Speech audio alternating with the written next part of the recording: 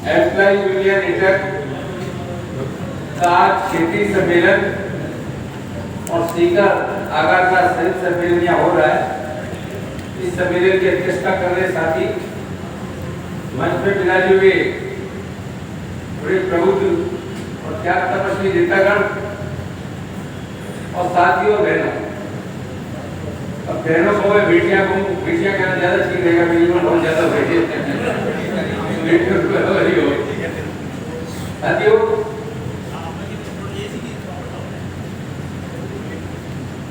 मुझे जहाँ तक याद पड़ता है, आपका सीक्रेट रिपोर्ट शायद 1973 या 74 में बना, 73 होना चाहिए, 1973 की बात है, 74 ठीक है, 73 या 74 की बात। और जब ये डिपो बना था तो उस डिपो की शाखा यहाँ पे जो बनी, यूनियन की शाखा, उस यूनियन की शाखा बनाने के लिए भी नहीं आया था। और उस जमाने के साथियों में या एक साथ कहते हुए हरिनारायण स्वामी जो उस वक्त डिपो में हुआ करते थे और दूसरे बहुत से साथी थे। तो तब से मेरा आपका सीकर से संबंध जुड़ा हुआ है, तब से आपकी पैदाइश हुई डिपो की तब से। तो बहुत लंबा समय गुजर गया, नदियों में बहुत पानी बह चुका है, यानी कितना समुद्र में चला गया और बहता रहेगा भविष्य में।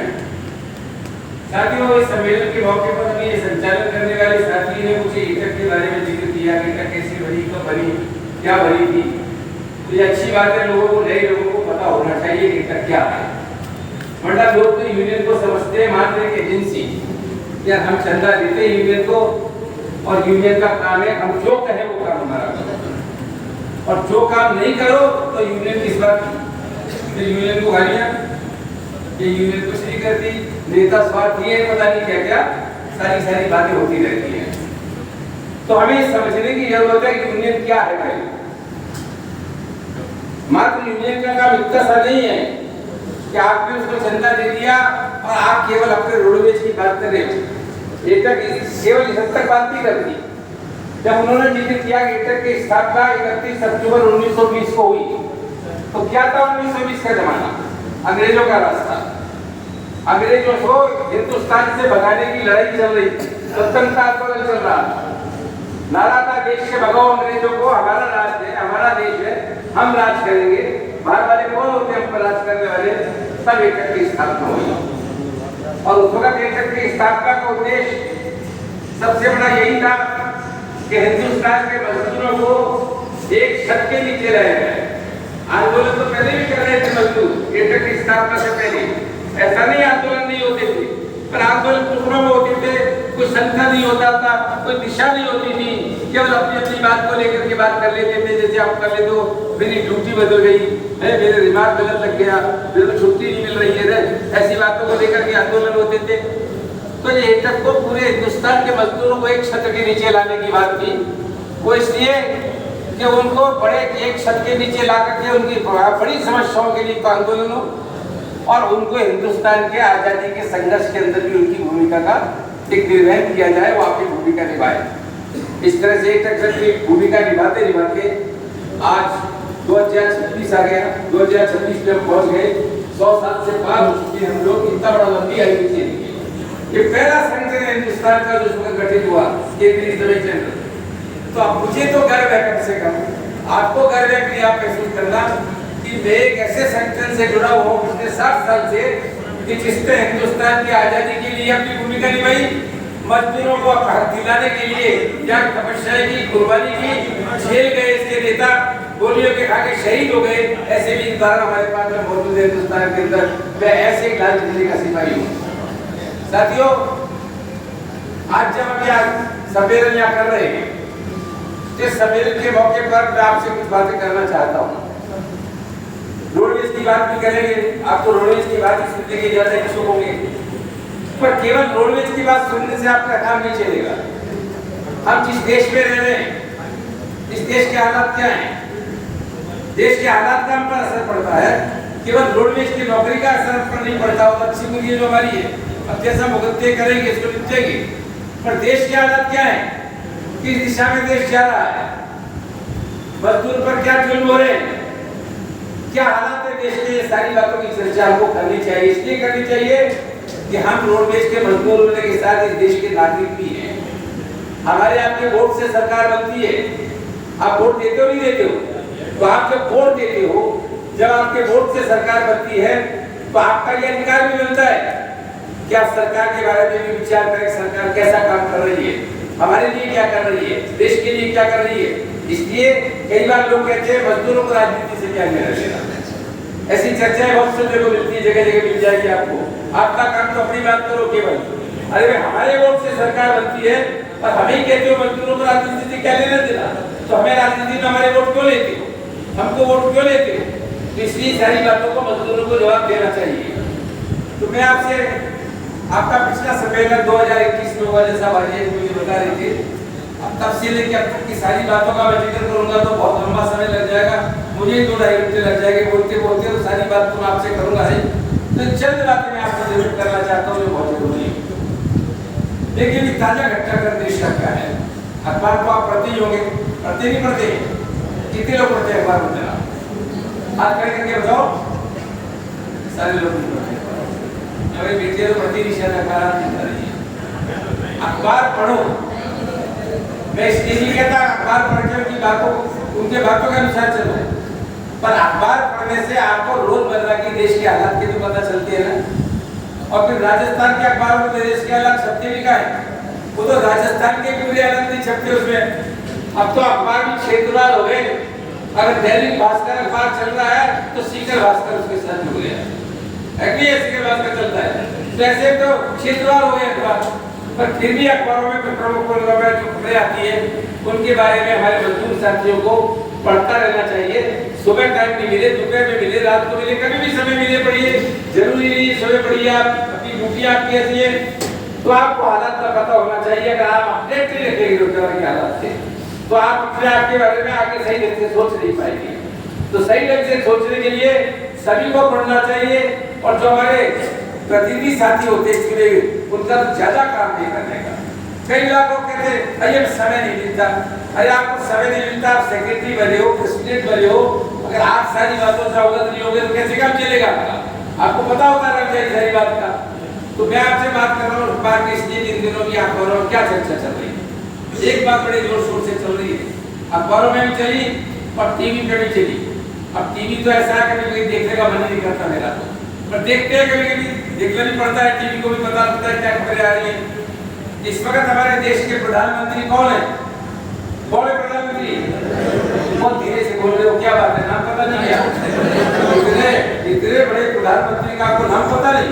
तो सारे बात चिल्ला के करे। ऐसा प्रधानमंत्री जिसने नेहरू जी का रिकॉर्ड तोड़ दिया। पंडित जवाहरलाल नेहरू जो देश के प्रथम प्रधानमंत्री थे देश की आजादी के बाद, उनका रिकॉर्ड तोड़ दिया। और ऐसे प्रधानमंत्री का नाम पता नहीं आपको? बहुत धीरे से नाम ले रहे हो भैया।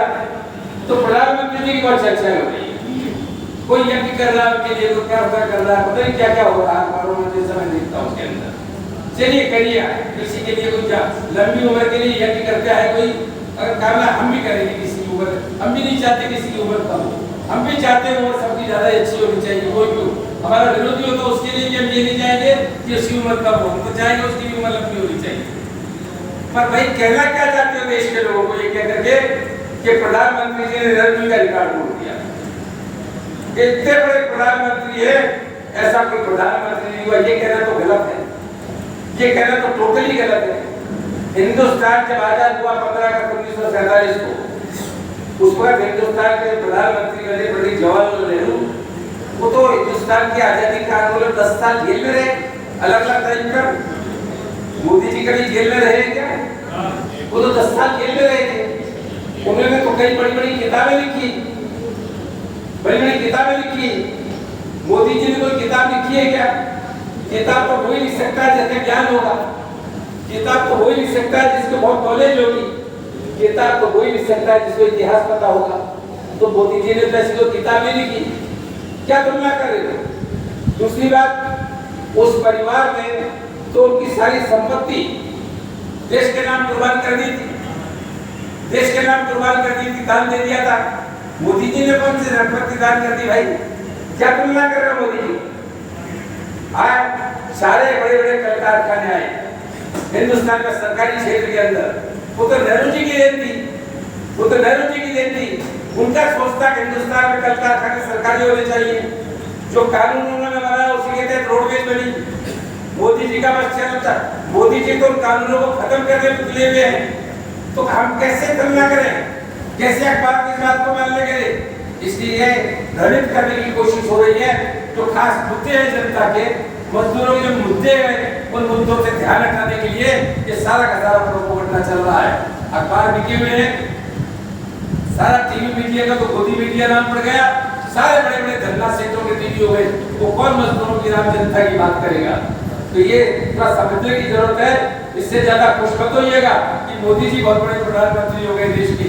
वो नेहरू जी की उंगली के बराबर तुलना नहीं कर सकते उनकी, नेहरू जी की। मैं नेहरू जी की तारीफ नहीं कर रहा हूँ, मैं कांग्रेसी नहीं हूँ।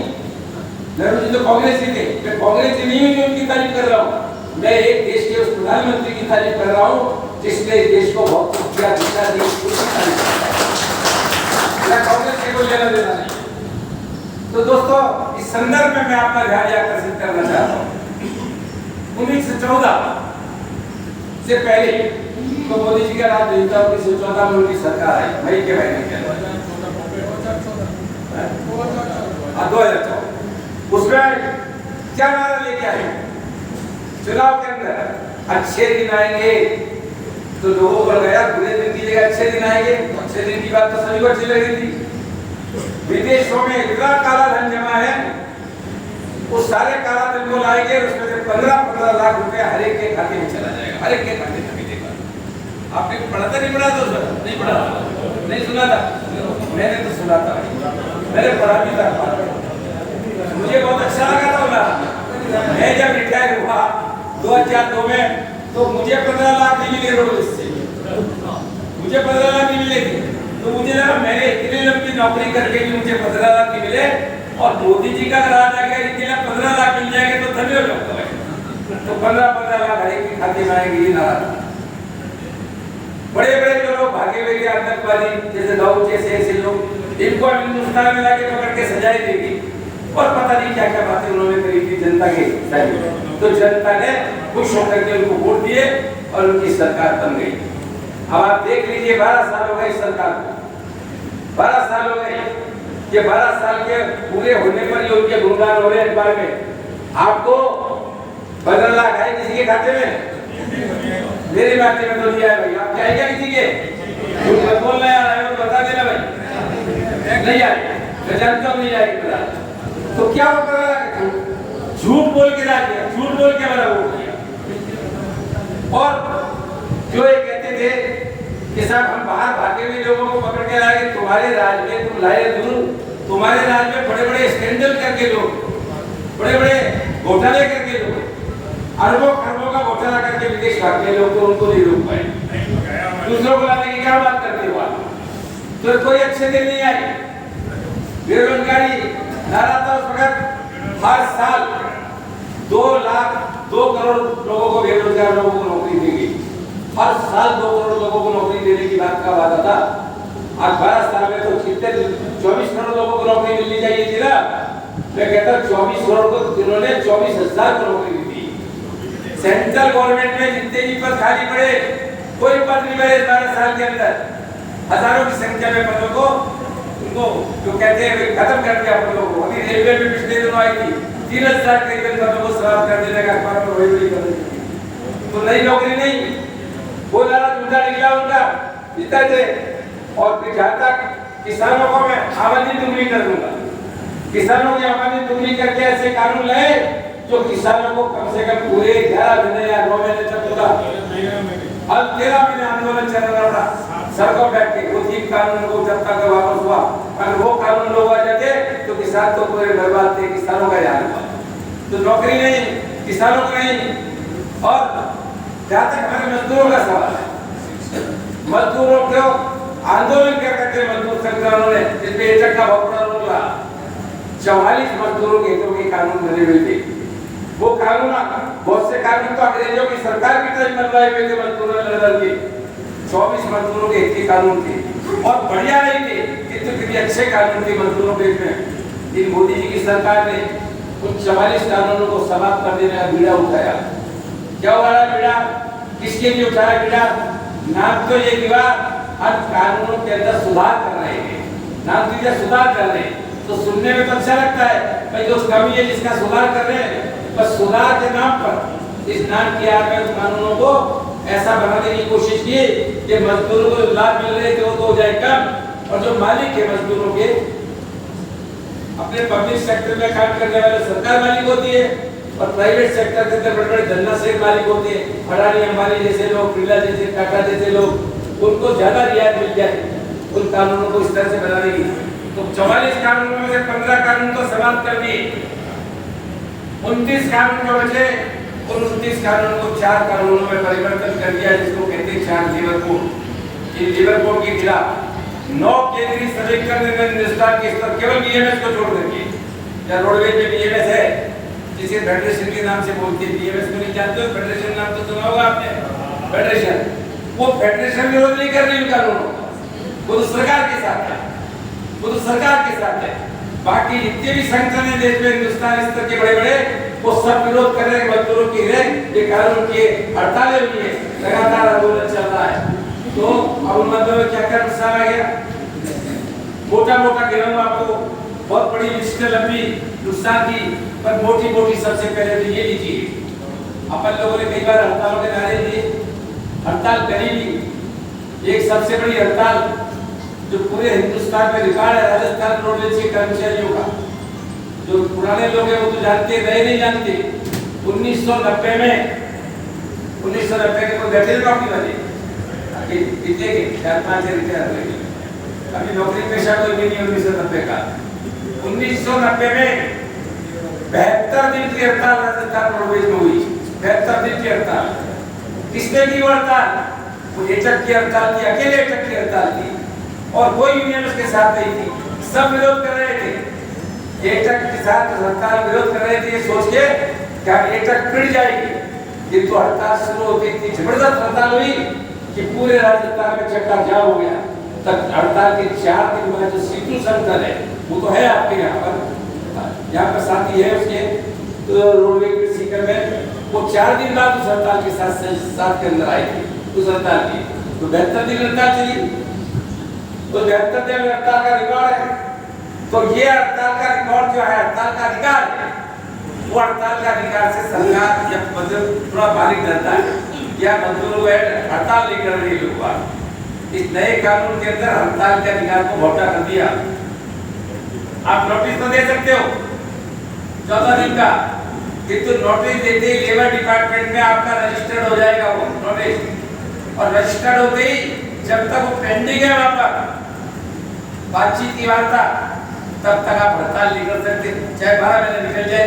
तो ऐसे हड़ताल का कानून का हड़ताल नहीं कर सकते, खत्म हड़ताल का अधिकार।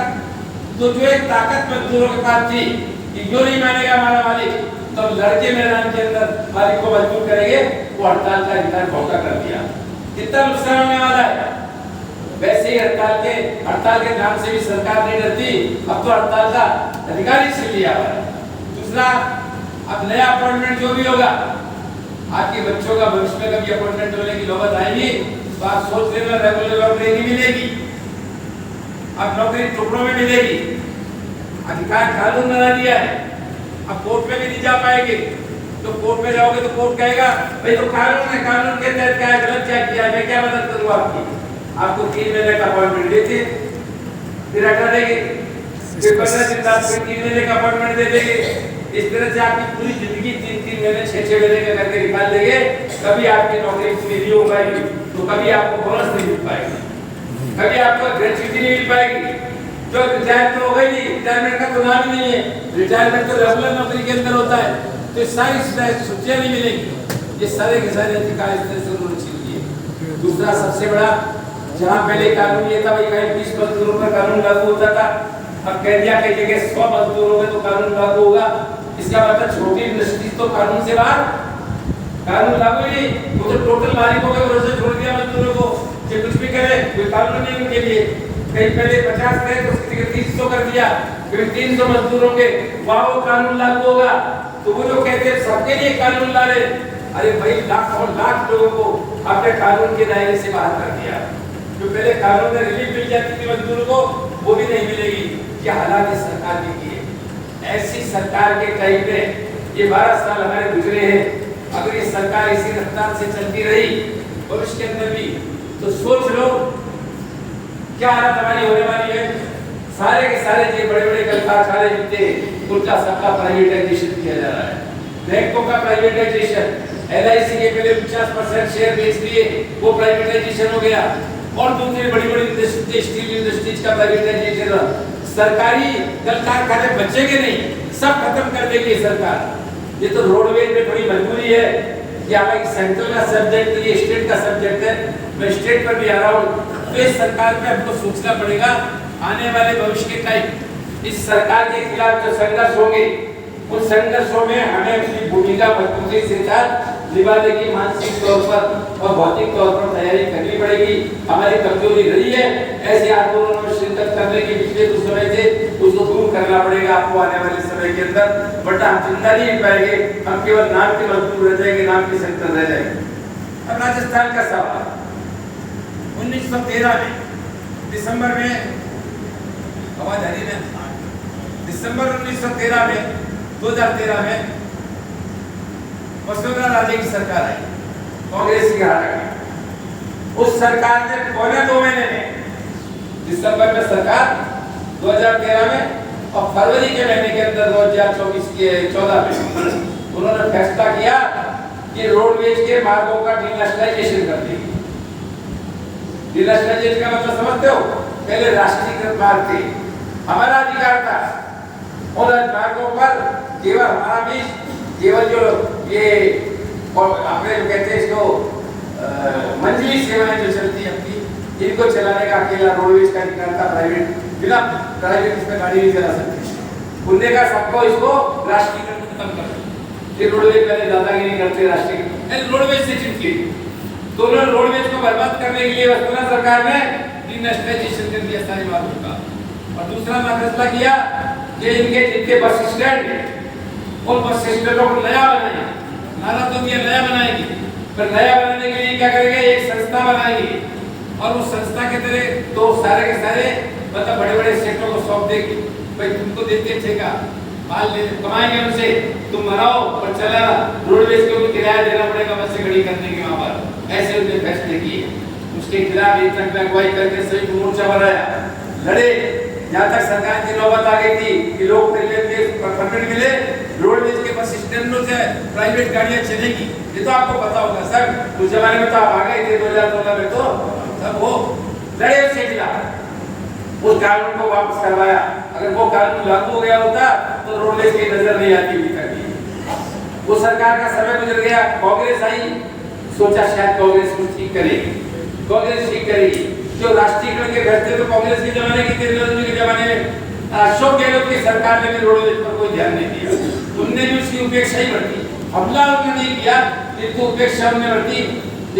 ये आगे वो भजनलाल सरकार की साले वो चल रहे, तो रोडवेज कहां से कहां पहुंच गई। एक जमाना होता था 25,000 रोडवेज में कर्मचारी काम करते थे, 5,000 से ज्यादा हमारी खुद की बसें हुआ करती थी रोडवेज की बसें। वो संख्या घटा के पहले 22,000 हुई, 22,000 हुई। चलो 25 के 22,000 का एक तय कर दिया। और 22,000 के घटके भी आज स्थिति क्या है, तो 10,000 से भी कम रह गए। आज नियमित कर्मचारी 10,000 से भी कम रह गए। यानी अब 12,000 से ज्यादा खाली पोस्टें पड़ी है। नई भर्ती तो नहीं हो रही है, ड्राइवर भर्ती के रहे, कंडक्टर भर्ती हो रहे, या आपके वर्कशॉप में भर्ती हो रहे, या ऑफिसों में भर्ती हो रहे, पोस्टें खाली है, लोग रिटायर होते चले जा रहे लगातार। और आने वाले समय में संख्या कम हो जाएगी। नई बसें लाएगी नहीं, अनुबंधित बसों को ले ज्यादा जोर अनुबंधित बसों पर चल रहा है, तो अनुबंधित बसें चल जाएगी तो नाम रह जाएगा रोडवेज का, नाम रह जाएगा रोडवेज का। क्या बचेगा रोडवेज के अंदर? तो रोडवेज की हालत भी अच्छी नहीं है। अब तनख्वाह के टाइम पर मिलने लग गई है तो लोग सोच रहे हैं अब अच्छी बात आएगी भाई, अब तो तनख्वाह मिलनी चाहिए, पेंशन टाइम पर मिलनी है, आज सुधार हो गया। लोग सोचते सब कुछ ठीक हो गया, पता नहीं कैसे लोग सोचते सब कहते अजय अच्छा हो गया, तनख्वाह टाइम पर मिलती है। अरे भाई इसलिए हो गया कि आप बताइए 22,000 की जगह तो आप आ गए 10,000, तो वो संख्या 12,000 की तनख्वाह बच रही है कि नहीं बच रही है? बची ना तनख्वाह, तो वो जो पैसा बच रहा है उससे हो रहा है, खर्चे कम हो गए, इसलिए सारी की सारी स्थिति बढ़ रही है। अगर वो संख्या होती तो घाटा ही रहने वाला था। तो रोडवेज कोई फायदे का उद्योग तो है नहीं, पूरे हिंदुस्तान में कोई भी रोडवेज फायदे का उद्योग नहीं है, तो रोडवेज भी बर्बाद होने की स्थिति में है। आप इसको बहुत अच्छी स्थिति में समझिए, इसको बचाने के लिए आगे आने वाले समय में हमको संघर्ष करने पड़ेंगे निश्चित रूप से। बहुत सी कुछ रोडवेज की भी मांगे हैं, आज परेशानी भी हो रही है हमारे ड्राइवर कंडक्टर साथियों को, टाइम पर रेस्ट नहीं मिलता है, 12-12, 14-14, 15-15 घंटे ड्यूटी हो रही है, डबल ड्यूटियां देनी पड़ रही है। कोई मेडिकल भेजते तो कहते थे तुम्हें गाड़ी कटे लोगे तेरे नाम से, मेडिकल के बाद भी 140 दे देते, वसूली की कार्रवाई करते। स्टाफ नहीं है, इसलिए अगर स्टाफ होता तो नौबत नहीं आती। हम लगातार कह रहे हैं सरकार भाई तुम कानून का उल्लंघन कर रहे हो। मोटर ट्रांसपोर्ट वर्कर्स एक्ट ये कहता है 8 घंटे की ड्यूटी है, आप रोजाना 10 घंटे तक की ड्यूटी ले सकते हो, कि 2 घंटे का पेमेंट करना पड़ेगा। तो या तो आप 14-14 घंटे लेके भी पेमेंट नहीं कर रहे, यानी आप 14 घंटे की 12 घंटे की ड्यूटी लेके 8 घंटे की तनख्वाह देते हो, तो शोषण हो रहा है नहीं हो रहा, उसका सजा का प्रावधान है। यूनियन ने सवाल उठाया लेबर डिपार्टमेंट के सामने कि रोडवेज के एमडी को हमको परमिशन दो, यूनियन को, कि रोडवेज के एमडी के खिलाफ मुकदमा करके और उसके उस अधिकारियों को सजा कराए, गैर कानूनी काम कर रहा है वो, ड्राइवर कंडक्टर का शोषण करके। मान लिया लिख के दिया है, ये की हिम्मत है जो एमडी के खिलाफ इतना बड़ा कदम उठा लिया, और यूनियन के पास इतनी हिम्मत नहीं है, उतना ज्ञान भी नहीं है उनके पास, इतनी हिम्मत भी नहीं है उनके पास कि एमडी के खिलाफ आवाज उठाए इस तरह की बात को लेकर के। पर आप जानते हो सरकार उन्हीं की है, अपने अधिकारी के खिलाफ मुकदमा चलाने की परमिशन हमको तो नहीं देंगे वो, पर अब चला रखा है, अभियान चला रखा है, इस मामले को लेकर के भी चला है। तो आगे चलेंगे। दूसरे कुछ हमारे मांगों के सवाल है, काफी बड़ी मांगे हैं, सारी मांगों का जिक्र मैं यहाँ पर नहीं कर पाऊंगा। मैं आपको कुछ बातें जिनके लिए मेरे फैसले में लागू भी हो रही वो जरूर करना चाहता हूँ। हमारी महिला कर्मचारी बैठी, ये स्टैंडिंग ऑर्डर में आती है। 2 तरह के कानून लागू है रोडवेज, एक को सर्विस रेगुलेशन बोलते हैं और दूसरे को स्टैंडिंग ऑर्डर बोलते हैं। सर्विस रेगुलेशन किन पे लागू होता है? अधिकारियों पर लागू होता है, दफ्तर में काम करने वाले बाबू में अकाउंट से लोग जो भी काम करते हैं उन पर लागू होता है। और स्टैंडिंग ऑर्डर में हमारे ड्राइवर है, कंडक्टर है, मैकेनिक्स है, ये स्टैंडिंग ऑर्डर के अंदर आए आते हैं। दोनों की सुविधाओं में बहुत अंतर है। राजस्थान सरकार ने एक कानून बनाया था महिलाओं के लिए कि उनको चाइल्ड केयर लीव दी जाएगी। तो रोडवेज में जो एमडी आई थी महिला कर्मचारी सुची शर्मा के नाम से दी जाए, उसने चुपचाप का फैसला किया, पता ही नहीं लगा हम लोगों को। उन्होंने जो सर्विस रेगुलेशन की महिलाएं थी उनके लिए तो लागू कर दिया child care leave, standing order वाली महिलाओं के लिए नहीं बनाया। हमको पता लगा, हल्ला मचा, तो आगे मैनेजमेंट ने कहा इनके लिए भी कर देते। तो बोर्ड से प्रस्ताव पास होकर के 3 बार बोर्ड से प्रस्ताव पास हो गए, इनको चाइल्ड केयर लीव दिलाने का मामला सरकार को भिजवाया, किंतु सरकार से मंजूरी नहीं आती। कांग्रेस गवर्नमेंट में मंजूरी नहीं दी और ये बजरलाल सरकार मंजूरी नहीं दे रही है। हमने इनको कहा महिलाओं में अंतर कर लो, एक तरफ तो कहते हो महिलाओं का सशक्तिकरण करना है, महिलाओं को मजबूत बनाना है, और तुम रोडवेज में दफ्तर में काम करने वाली महिलाएं जो विशेष हो गई, जो उनको चाइल्ड केयर लीव देगी, और जो ये रात दिन गाड़ियां चला रही है, भर रही है, पच रही है, अपने घर छोड़ के दिन रात भागती है, बस शॉप में काम करने वाली महिलाएं हैं, उनको आप चाइल्ड केयर लीव देना नहीं चाहते, भेदभाव कर रहे हो। ऐसे ही मैकेनिकों का सवाल है, ग्रेड फर्स्ट मैकेनिक की चाइल्ड जो 6ठे वेतनमान है, तो 7वां वेतनमान है, 6 पे कमीशन में उनकी ग्रेड पे 2800 होनी चाहिए थी, तो 2400, यानी सेकंड ग्रेड में भी 2400 और ग्रेड फर्स्ट में भी तो काय का प्रमोशन हुआ। वो सवाल भी तय करा के भेजा, उसकी भी परमिशन नहीं, कांग्रेस ने दी नहीं, ये दे रही परमिशन। 9 आईटीआई जो है वर्कशॉप में जो कर्मचारी के आश्रित के रूप में किसी टाइप में भर्ती कराई इन्होंने, उनको भी प्रमोशन नहीं दे रहे, सेकंड ग्रेड से आगे। ये सवाल की पेंडिंग पड़े, तो तयशुदा मामले सरकार करके इसलिए रोडवेज का दोष नहीं मानते हैं। रोडवेज में तो यूनियन के कहने से प्रस्ताव पास करके बोर्ड से वहां पर भेजिए। ये है दूसरे छुट्टियों का डिफरेंस चल रहा है ईएल का, कि दफ्तर वालों को 30 मिलती है साल में, आप लोगों को 18 मिलती है, वो 30 होनी चाहिए। ऐसे सारे सवाल यदि बराबर करने के जो आगे वो भी यूनियन ने सवाल उठा रखे, पर वही इसी नाम पर घाटा है, घाटे के नाम पर सब पेमेंट डाल दी जाती है बातें। तो इसको भी मजबूती के साथ आने वाले समय में हमको और लगना पड़ेगा। जब तक हमारे सेवानिवृत्त कर्मचारियों का सवाल है, इनका भी हाल करना। जो लोग रिटायर हो गए, खास करके ड्राइवर करने, आज 25-25, 30-30 साल, 35-35 साल की नौकरी करके रिटायर हुए। ओवर टाइम काम किए उन्होंने, से आज ओवर टाइम काम हो रहा है। उनको अब तक ओवर टाइम का पेमेंट नहीं, रिटायरमेंट के बाद 7-7, 8-8 साल हो गए। 1996 से ओवर टाइम बंद है, 1996 से बंद है ना, पुराने लोगों को पता होगा, तो नहीं दे रहे। तो अब तो हमें लगता है जब उनको नहीं मिला, तो आज जो वर्तमान लोगों से एक्स्ट्रा काम दे रहे हैं, उनका कोई हिसाब ही नहीं, उनको तो मिलना ही नहीं है, उनको नहीं रहे। हायर पेंशन के फॉर्म भरे, वो लागू नहीं हो रहे पूरी तरीके से। ऐसे सारे सवालों को लेकर के परेशानी भी बहुत है। इस सारे सवालों को लेकर आने वाले समय में रोडवेज बचाओ, हमारी सुविधाओं के लिए, रोडवेज को बचाने के लिए, इसके उत्थान के लिए, नई भर्ती के लिए, नई बसों के लिए, इस सारे सवालों को लेकर के आंदोलन आगे भविष्य के अंदर आएंगे। यूनियन ने अभी जनवरी की मीटिंग में फैसला किया, प्रदेश की मीटिंग में जहाँ चुनाव हुए, सर्वेलेंस कराओ, उसके तहत कई जगह हुए, जयपुर में 3 डिपो में हुए, एक में होना बाकी है, आप कर रहे, भरपूर से कर रहे, अभी तैयारियां हो रही है, और जगह सब तैयारियां हो रही, चल रही है तैयारियां। इसके बाद पूरे प्रदेश स्तर का अधिवेशन 2 दिन का एकादश को होने जा रहा है। तारीख तय हो चुकी है 27-28 सितंबर, 27-28 सितंबर।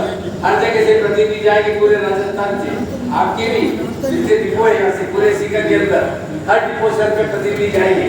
पर जाएंगे कितने प्रतिनिधि? हर कोई जाएगा, मैं जाऊँ प्रदेश के प्रदेश का सम्मेलन, पूरे राजस्थान के लोग आएंगे। तो भाई आपकी इच्छा तो हो सकती है, आपकी इच्छा आपको अच्छी भी लगती है, हफ्ते भी जाऊँ मैं भी जाऊँ, पर हम आपकी इच्छा तो सबकी पूरी नहीं कर सकते। कैसे करेंगे पूरी? हाथ पीछ के तो नहीं कह सकते सब आ जाओ, हाथ पीछ के लोग चले गए, 5000 आदमी इकट्ठे हो गए, तो 5000 की व्यवस्था कहाँ से करेंगे? ठहरने की व्यवस्था, 2 दिन की खाने की, नाश्ते की कहाँ से करेंगे? तो ये कानून में, यूनियन का भी कानून है, कॉन्स्टिट्यूशन बना हुआ है, विधान है, उसमें तयशुदा संख्या तय करने का नियम है। वो नियम है ले भी देने का। ब्रांचें यो बात करें, रूढ़ी थारी ब्रांच का क्या हाल है? अरे यादव साहब, मजा है हमारी ब्रांच का। तो उदाहरण का नाम देखिए, घर वाला गाड़ी लकड़ी, हमारी ब्रांच का मजा है, बहुत मैं पूछा कर ले भी कितनी दो, अरे कागज तो लाल भी बच्चा को ले भी कर सकता, ले भी देंगे नहीं, और सारी सुविधा यूनियन की उठाने की बात करें, कैसे चलेगा भाई? चलेगा क्या? आप अपनी शाखा में कितने मजबूत है, ये कैसे तय करेंगे? आपके कहने से मानने क्या, और आपके कहने से मानेगा कौन? एक नया कानून आने वाला, उसका भी जिक्र करके बताना चाहता हूँ, जिसको सोचना पड़ेगा आपको। आप एक डिपो में मान लीजिए, उदाहरण के लिए 500 आदमी काम करते हैं, मान लीजिए उदाहरण के लिए 400 मान लो, 400 आदमी में यूनियन की पहुंच कितने लोगों तक है? अगर यूनियन की पहुंच 200 से ज्यादा लोगों तक नहीं है, तो फिर तो बहुमत नहीं हुआ यूनियन का। हुआ क्या बहुमत? बोल भाई, आपके हिसाब लगाते रहते, बहुमत तो जब होगा जब 400 में से 200 से ज्यादा तक पहुंच होगी यूनियन की, वो आपके सदस्य होंगे, आपको चंदा देते होंगे, उनका रिकॉर्ड आपके पास मेंटेन होगा, तभी तो आप दावा कर पाओगे बहुमत है। तो वो आप करते नहीं हो, क्या करते हो? जब कभी लेडी का दबाव पड़ता है, तुम्हारे पैसे दिया है भाई, किसी दिलाए दफ्तर, तो 5 आदमी बैठ जाते हैं। तनख्वाह का स्तर तो अच्छा है ना आजकल, भाई की परेशानी बहुत है, तनख्वाह का स्तर है, वो 1000 देते, तुम 500 देते, तुम 400 देते, ऐसे 5-7 आदमी मिलके 2-4 रुपए इकट्ठा करके यूनियन को देते। लो साहब, हमारी लेवी जमा हो गई। मजदूरों से तो पैसा इकट्ठा नहीं हुआ, मजदूरों तक तो आप नहीं पहुंचे। जब तक मजदूर से चंदा नहीं मिलेगा आपको, वो मजदूर कैसे महसूस करेगा आपके साथ? वो जब भी महसूस करेगा, उसका कंट्रीब्यूशन आप लोगे, उसको साथ जोड़ोगे, तभी आपके साथ मैदान में चल रही है, तभी आपके साथ मैदान में लड़ाई चल रही है हमारी। तो आपको सोचने की जरूरत है। ये जो नया कानून बता रहा हूं, मैंने कहा ना 4 लेबर कोड बना दिए, उस 4 लेबर कोड में उन्होंने ये भी कर दिया, यूनियन तो किसी भी संस्था में कई हो जाती है, रोडवेज में भी कई यूनियन है। मैनेजमेंट किससे बात करे? बड़े सवालों पर, छोटे सवालों पर नहीं, बड़े सवालों पर मामलों किससे बात करें? तो जिस यूनियन की ज्यादा ताकत होगी उससे बात करेंगे। ज्यादा ताकत को डिसाइड करने के लिए तरीका क्या? चुनाव कराएंगे, जैसे एमएलए एमपी का, सरपंच का चुनाव होता है, सीक्रेट बैलेट से चुनाव होगा। जो सीक्रेट बैलेट से मजदूर सबसे ज्यादा वोट जिसको देंगे वो बड़ी यूनियन मानी जाएगी। और बड़ी का मतलब केवल ज्यादा वोट से नहीं है, 51% 50% से ज्यादा वोट आने चाहिए, तब उसको मानेंगे मान्यता प्राप्त यूनियन नहीं। और उस मान्यता प्राप्त यूनियन की बात कितनी मानेगा, सरकार मानेगी नहीं मानेगी वो अलग सवाल है, पर बातचीत करने का अधिकार भी यूनियनों को केवल वोट के जरिए मिलने वाला है। तो आप सोच लो भैया, पर्सनल बातें क्या कर रहे हैं आप लोग, मैं एक इतनी इंपॉर्टेंट बात कर रहा हूँ, ध्यान दे रहे हो। तो आपको ये चुनाव वाले सवाल पर ध्यान में रखते हुए ये सोचना पड़ेगा आने वाले समय में कि यूनियन का हर महीने चंदा हो, हिसाब मेंटेन किया जाए, रजिस्टर मेंटेन हो, ये एक बहुमत बनाओ हर राज्य के अंदर। बहुमत बनेगा, चुनाव होगा तो एक तक जीतेगी। अगर आप लोगों तक नहीं पहुंचोगे, केवल लिमिटेड ग्रुप बना के रखोगे, तो एक तक ना भी रहेगी, एक तक का अस्तित्व कायम नहीं कर पाओगे बहुमत का। इसलिए वो नया जो कानून आ रहा है, उस कानून को ध्यान में रखते हुए आप सारी शाखाएं बैठी हो, यहाँ भी से विचार करना आप शुरू कर देना। इन्हीं बातों के साथ मैं समझता हूँ कि अभी 12 बज रहे हैं, 2 बजे तक सम्मेलन चलेगा। इतने साथियों को बोलना भी, आप में से भी लोग बोलेंगे, रिपोर्ट भी आएगी। तो मैं बहुत ज्यादा आपका समय नहीं लेना चाहता, जिनका मैंने दे दिया पर्याप्त है, जिनका कहा है। तुम्हें ये बात कहते हुए कि साथियों देखो, हमारी पॉलिटिक्स इतनी शुरू हुई, आप कहेंगे क्या बोल रहे हैं, सही बोल रहा हूँ। मेरी 82 साल की उम्र, पूरा 82 साल का 8 जून को 82 का हो गया, मैं 83 तब तक काम कराओगे आप। ये तो जैसे हम कह रहे हैं पूंजीपति मुनाफे के लिए शोषण करता है लोगों का, आप लोगों ने भी सोचना कर रहे हैं जब तक इनको चलाओ यार, रगड़ते रहो इनको।